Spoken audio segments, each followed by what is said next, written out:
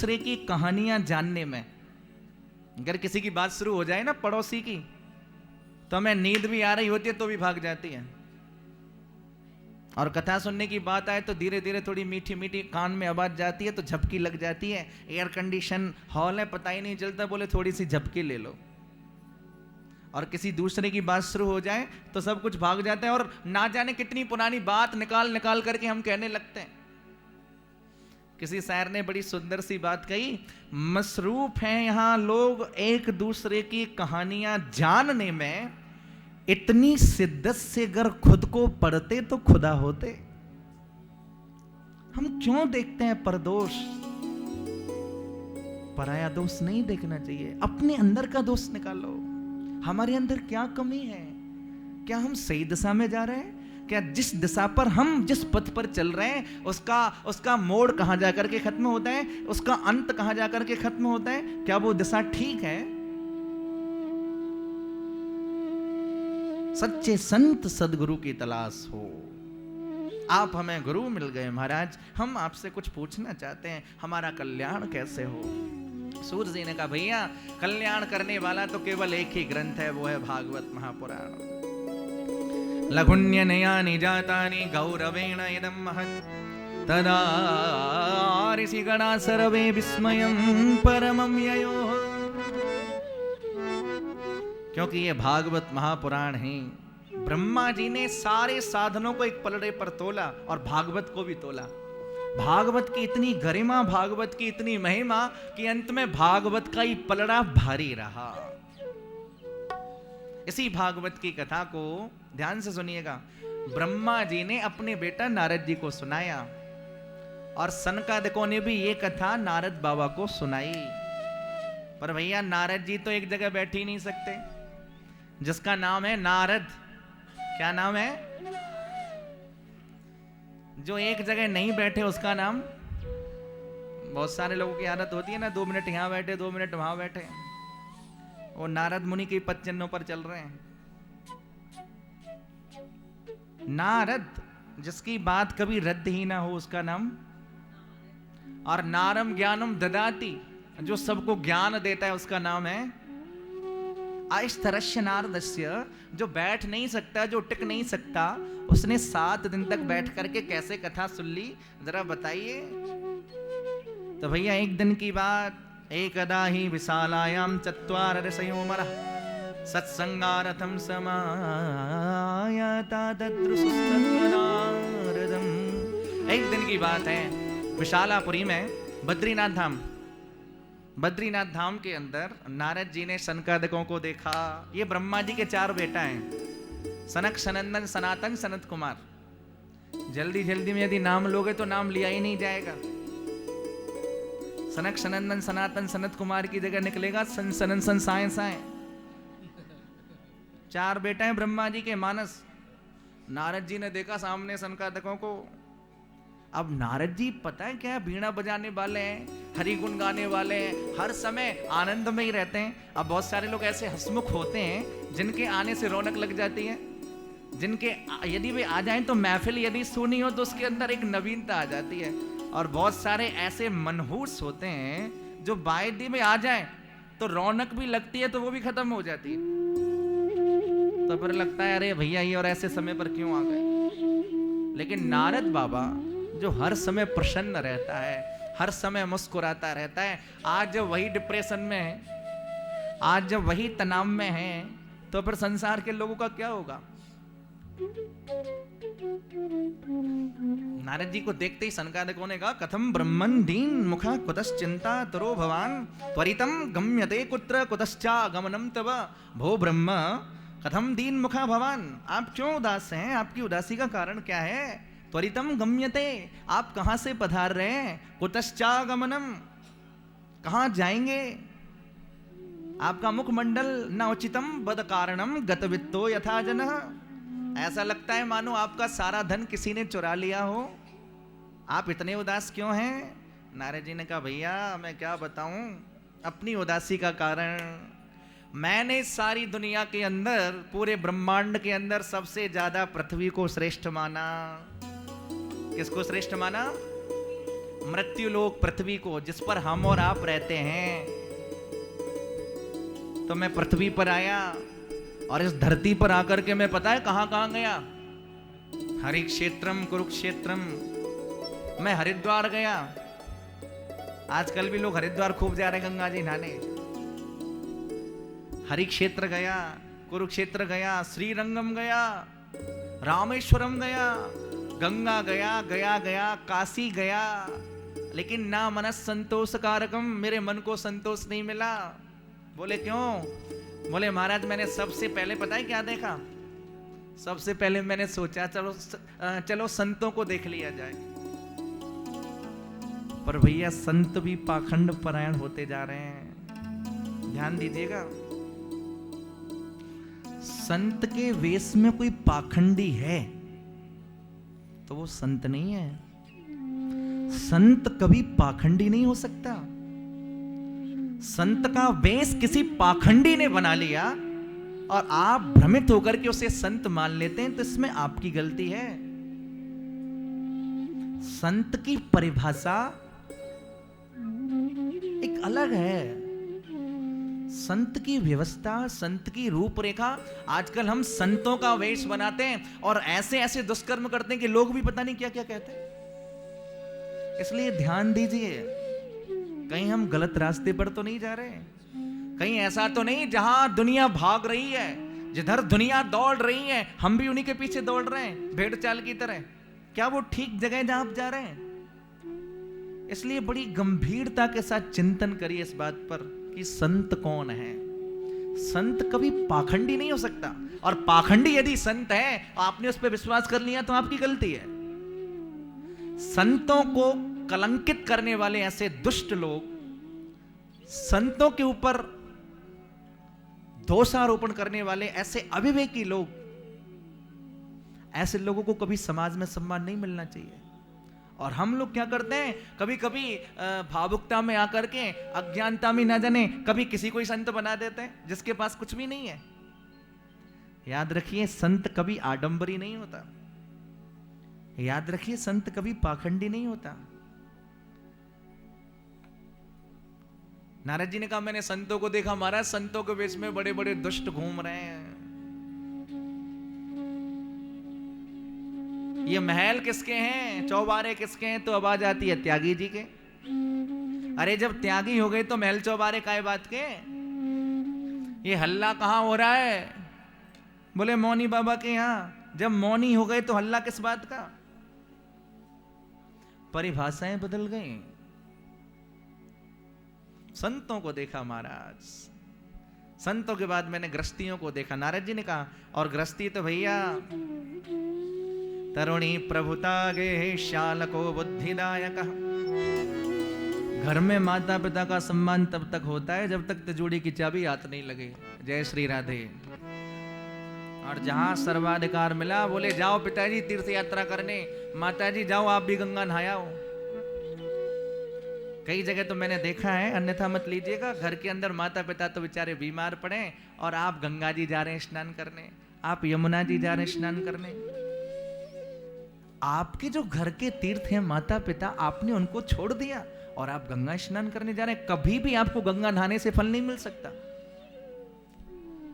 तुलसी जब ये मन शुद्ध भयो तब तीर्थ तीर गयो ना गयो। आपका जो आदर्श है, आपके जो बड़े हैं, आपके जो बुजुर्ग हैं, यदि आपने उनका नहीं किया तो याद रखिए वो बुढ़ापा आपकी भी प्रतीक्षा कर रहा है कि कब आप वहां पहुंचने वाले हैं। और यदि आप नहीं करते तो आपको भी मिलेगा नहीं। घर के अंदर क्या होता है, बोले तरुणी प्रभुता, अपने बुजुर्गों की बात नहीं मानी जाती, अपने आदर्शों की बात नहीं मानी जाती। श्रीमती जी जो कह देती हैं वही माना जाता है। अथवा बुद्धि के लिए सलाह देने के लिए अपने घर के बड़े लोगों से नहीं पूछा जाता, ससुराल से साले साहब बुलाए जाते हैं। कौन बुलाए जाते हैं? और भैया हमारे ब्रज की एक बड़ी प्राचीन कहावत है, कहे दीवारें बिगाड़े आरो और घरे बिगाड़े सारो। दीवार में अलमारियां ज्यादा हो जाएंगी तो दीवार कमजोर हो जाएगी, और घर के अंदर साले साहब की ज्यादा चलने लग गई ना तो ध्यान रखो, सालों का इतिहास ठीक नहीं है। जो पहले से ही साले हैं और सब सबके जीजा हैं, सब सबके साले। शाल को बुद्धिदायक। कलयुग के अंदर ये दो ही रिश्ते ज्यादा रंग ला रहे हैं, या तो साडू या साले। मैंने महाराज संतों को देखा, गृहस्थियों को देखा, विरक्तों को देखा। विरक्त का मतलब होता है अपरिग्रही, जो जुटाता नहीं है, जो संग्रह नहीं करता, वो होता है विरक्त। और आजकल हम सब जुटाने में लगे हैं। जेते हरि के धाम है, तहाँ काम क्रोध क्रीड़ा करे, भगवत या कलिकाल में कहो भक्त कैसे तरे। जितने भी भगवान के धाम हैं, चारों ओर काम क्रोध लोभ मोह मद मत्सर की भीड़ लगी हुई है। कैसे कल्याण हो। नारद जी घबराए, सब कुछ छोड़ छाड़ करके वृंदावन की ओर निकल पड़े। कहाँ निकले? और जो ही श्रीधाम वृंदावन में पहुंचे हैं, हमारे बिहारी जी का दर्शन किया है। बांके बिहारी जी तुमसे ही लागे मोरे नैना। जो ही वृंदावन में पहुंचे हैं, बिहारी जी के चरणों में पहुंचे हैं, और जो ही बिहारी जी का दर्शन किया, तो फिर नारद जी के मन में कुछ शांति हुई। नारद जी के मन में एक सुंदर भाव जगा। आइए हम भी एक बार बिहारी जी के चरणों में प्रणाम करें। ओ बांके बिहारी जी, गिरवरधारी जी, तुमसे ही लागे मोरे नैना, नैना तुमसे लागे मोरे नैना, नैना तुमसे ही लागे मोरे नैना, नैना तुमसे ही लागे मोरे नैना। ओ बांके बिहारी जी, ऐसे नहीं, हाथ उठा करके मस्ती के साथ झूमते हो। गिरवरधारी जी, रास बिहारी जी, तुमसे ही लागे मोरे नैना, नैना तुमसे ही लागे मोरे नैना, नैना तुमसे ही लागे मोरे नैना, तुमसे ही लागे मोरे नैना। जय हो।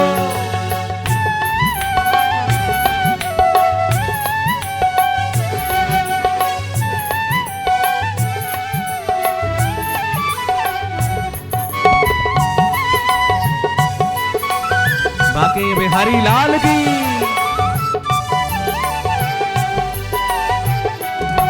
जय हो।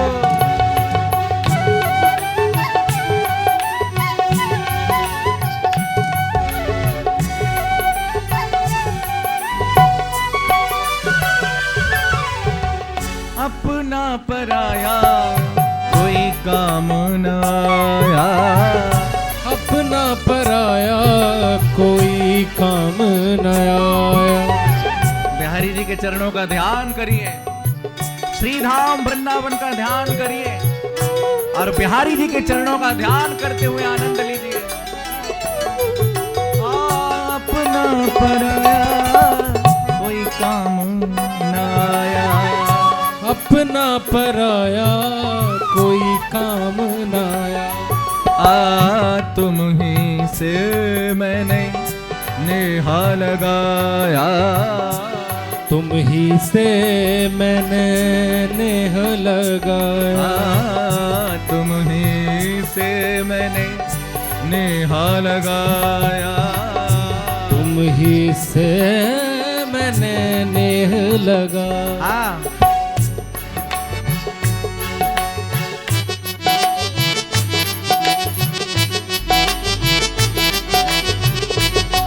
ताली से भाव से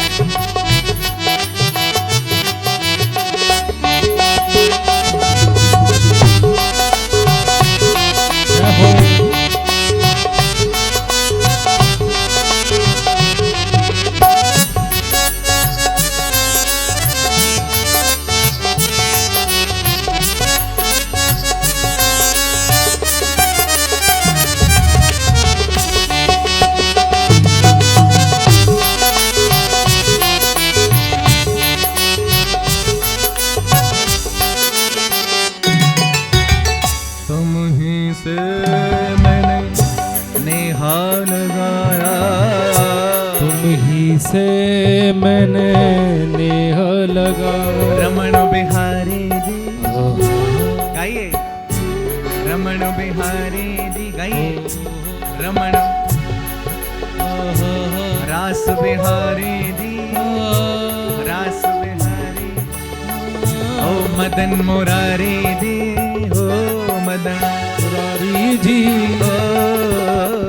तुमसे ही लागे मोरे नैना नैना, तुमसे ही लागे मोरे नैना।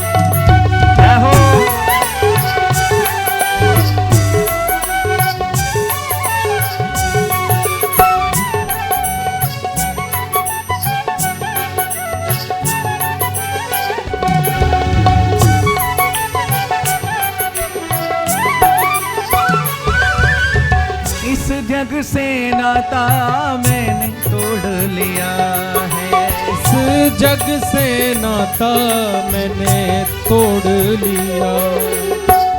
क्या सच में नाता तोड़ लिया?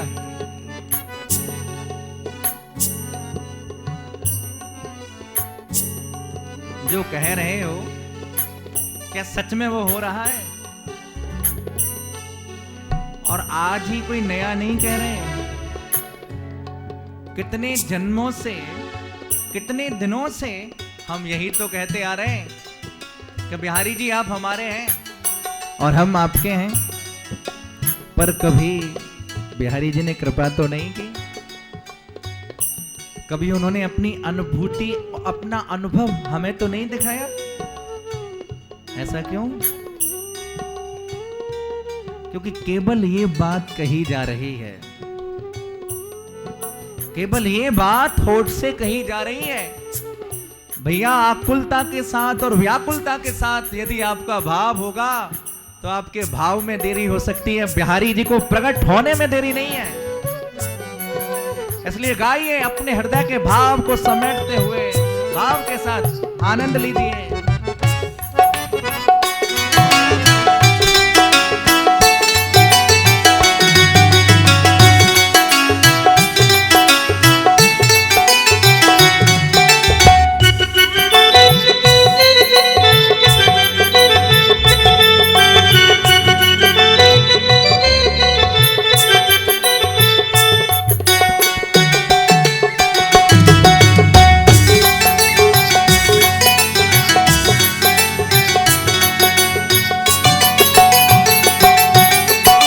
अपना पराया काम न आया, अपना पराया काम न आया।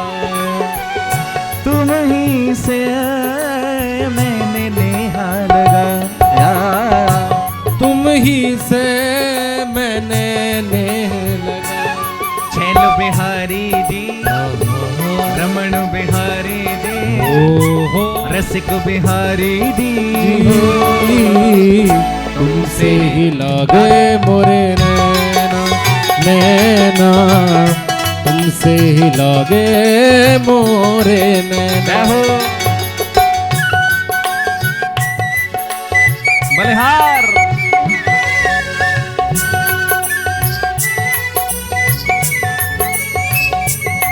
जय हो।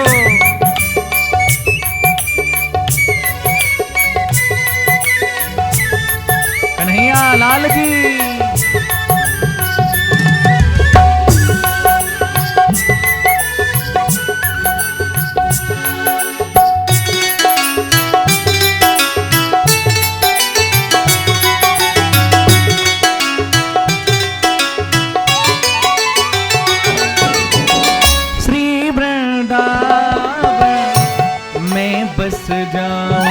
ओ श्री वृंदावन बस जाऊं। अब श्री वृंदावन में बस जाऊं। श्री वृंदावन में बस जाऊं। कृपा करो यही दर्शन पाओ। कृपा करो यही दर्शन पाओ। कृपा करो यही दर्शन पाओ। कृपा करो यही दर्शन पाओ। वृंदावन में बसने की बात, अब जो बड़े लोग हैं वृंदावन में फ्लैट ले लेते हैं, बोले बस गए वृंदावन, हो गए वृंदावन वासी। धाम का वास भी बिना धाम की कृपा के नहीं मिलता। भैया वृंदावन जाओ चाहे मत जाओ, पर अपने मन को जरूर वृंदावन बनाओ। यदि मन वृंदावन बन गया तो वृंदावन बिहारी जरूर प्रकट होगा। अब कृपा करो यही दर्शन पाओ। गाइए। कृपा करो यही दर्शन पाओ।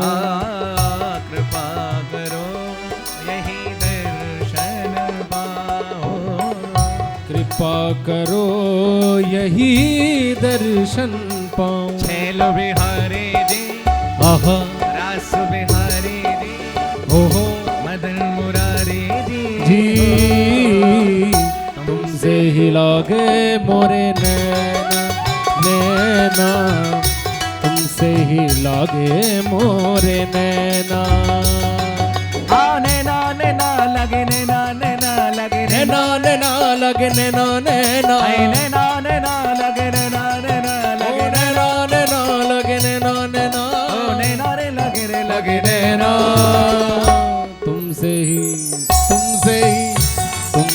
लागे मोरे नैना, नैना तुमसे ही लागे मोरे नैना, नैना तुमसे ही लागे मोरे नैना, नैना तुमसे ही लागे मोरे तुमसे ही लागे मोरे नैना, तुमसे ही लागे रे नैना, नैना तुमसे ही लागे मोरे नैना। तुमसे ही लागे, तुमसे ही लागे, तुमसे ही लागे मोरे नैना। बोले वृंदावन बिहारी लाल की रास बिहारी जी। गाइए। रास बिहारी जी, रास हो रमण, हो मदन, हो रसिक, हो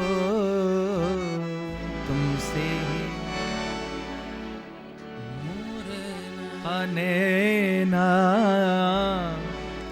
तुमसे ही लागे मोरे नैना, नैना तुमसे ही लागे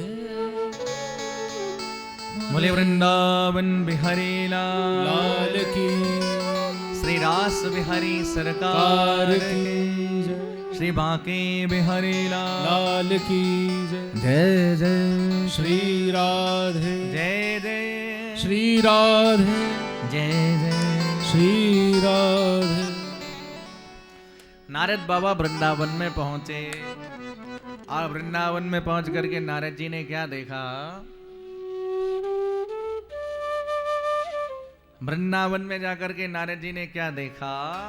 यमुना जी के किनारे एक माता जी बैठी हुई हैं और उनके पास में दो वृद्ध पुरुष पड़े हुए हैं।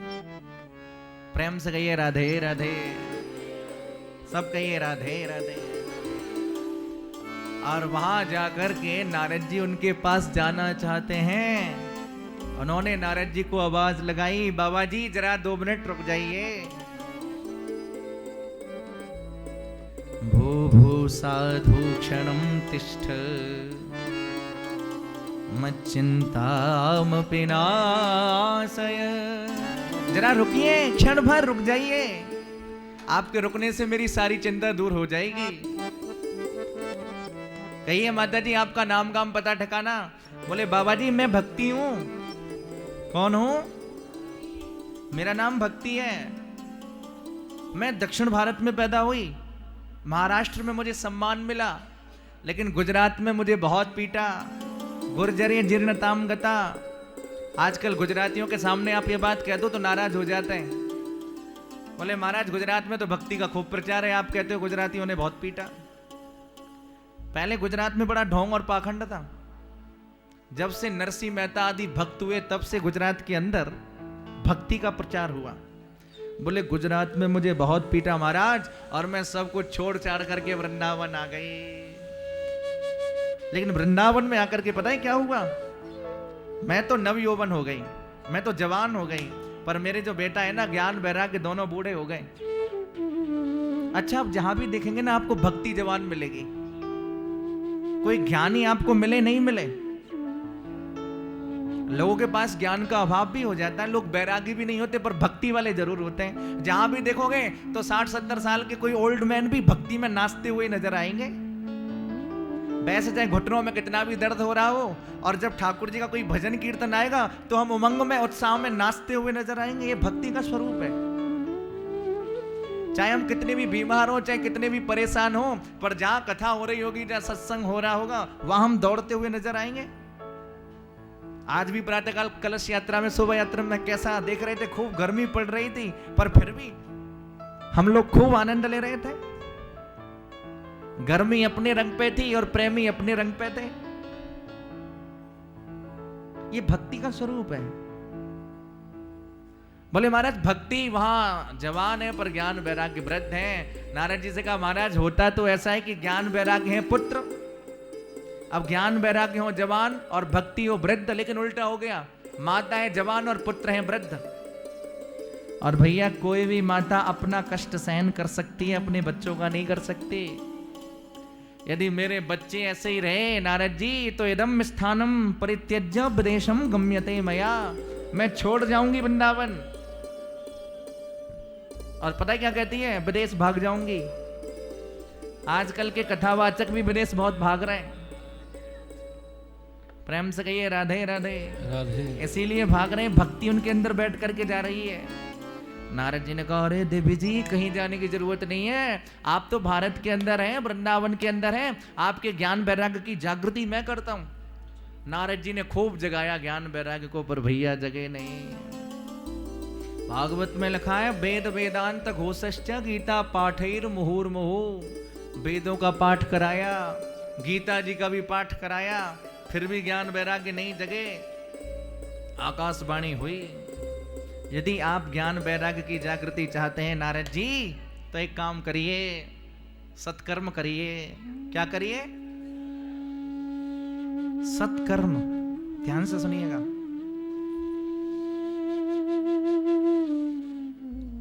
दिन में सत्कर्म और रात्रि में सत्संग। कभी भी अपने पूजा के समय को मत टालिए। और हम लोग करते क्या है? कल सुबह सुबह हमें जल्दी भागना है, इतने बजे हमको ऑफिस जाना है, इतने बजे हमें स्नान करना है, इतने बजे हमें भोजन करना है। बोले इतने बीच का जो समय हमारा पूजा का, जिसमें हम 45 मिनट लगाते हैं, उसमें से हम आधा घंटा चुरा लेते हैं और वो काम करके